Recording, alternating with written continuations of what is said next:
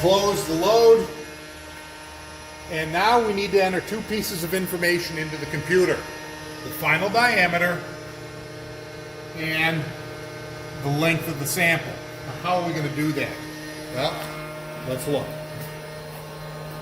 Remove the sample pieces now.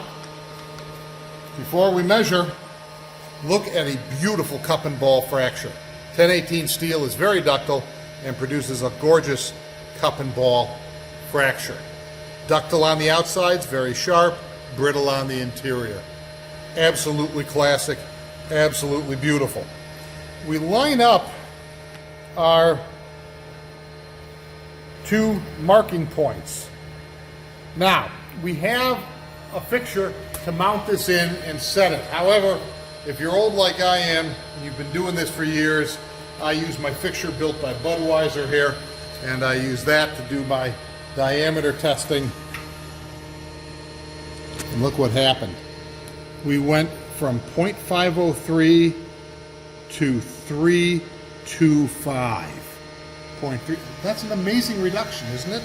And my length, which was 2 inches, see, now I've got that mark there. I can, a little hard to do this with the video and make it look right. I just got to get my test mark again. Lost it here. There it is. And I get that to set right.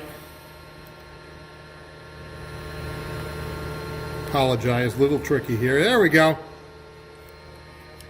2.515. And I enter those two pieces of data into the computer. So we said this was 0.325, and this was 2. I got it right here, 2.515. So almost a little over half an inch. I say done, and take a look at the data.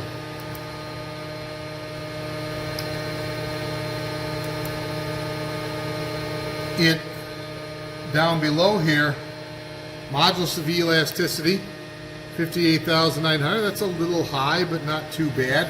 Reduction in area, 58.2%.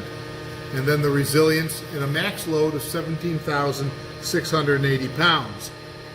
So all of that, yield stress 74.5, ultimate tensile strength at breakage 89 KSI. Just about right for this kind of steel. And then I can hit the print button and I can print that out for a copy for my report. I can also save it to the computer and print it out that way, but I can just hit the print button and off it goes. And then I can continue to do more tests, and when I'm done, I can go print summary, and it will print all the statistics from all the tests in this particular rock. So very nice, and you get a very classic stress strain curve, at least the first 1%. Normally this would come over like this and break.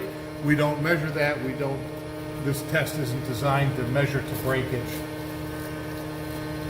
Oh, this actually is printing out very nicely. Let's take a quick look.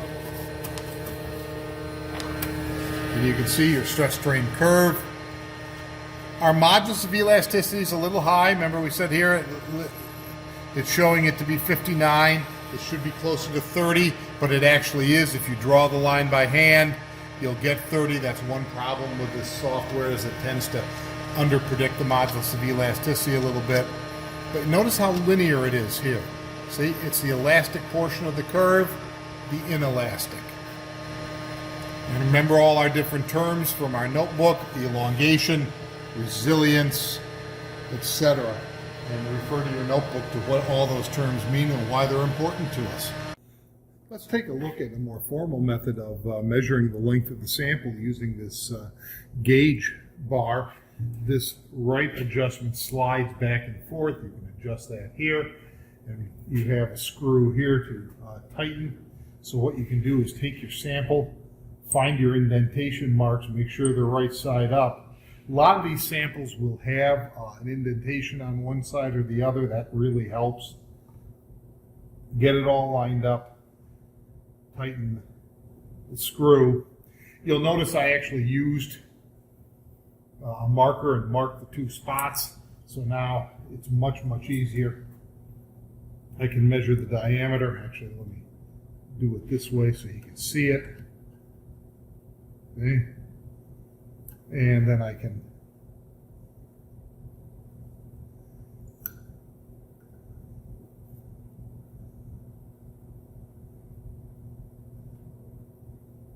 measure the distance like that. And now I've got my finished length and finished diameter, and I'm ready to go and print out my results.